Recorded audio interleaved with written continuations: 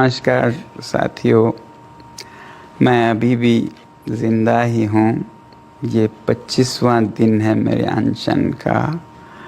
25वें दिन तक लगभग मेरा 11 किलो वज़न कम हुआ है और काफ़ी मांसपेशियाँ कम होने लगी हैं, मगर ठीक ही हूँ।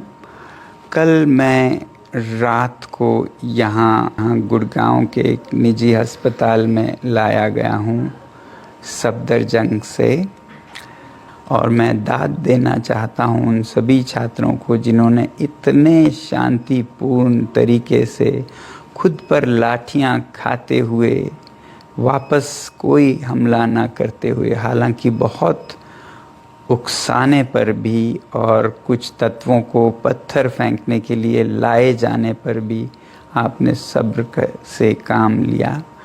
मैं बहुत ही मेरा दिल पिघल गया इससे, और क्योंकि उन पर बहुत ही बर्बरता से हमले हो रहे थे, इसलिए मैंने अपना अनशन जारी रखने का फ़ैसला किया था। अब भी मेरे पास बहुत से नेतागण आए अनशन तोड़ने की अपील के साथ, जिसमें शासक दल के मंत्री भी आए और सांसद लगभग 65 के हस्ताक्षर और यहाँ आकर अपील कर रहे हैं कि मैं अनशन तोड़ूं और वापस देश सेवा में लग जाऊं। मैं खुद भी ऐसा ही करना चाहता हूं।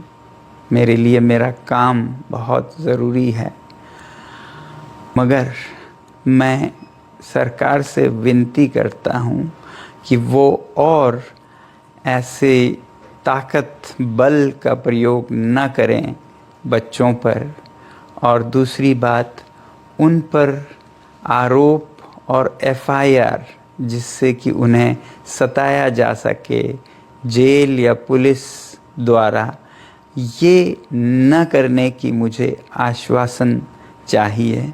और वो आश्वासन अगर जल्द मिल जाए तो मैं आप सबके और जो नेतागण यहाँ पर आए उनकी बातों का इज़्ज़त करते हुए अनशन आज ही तोड़ूंगा।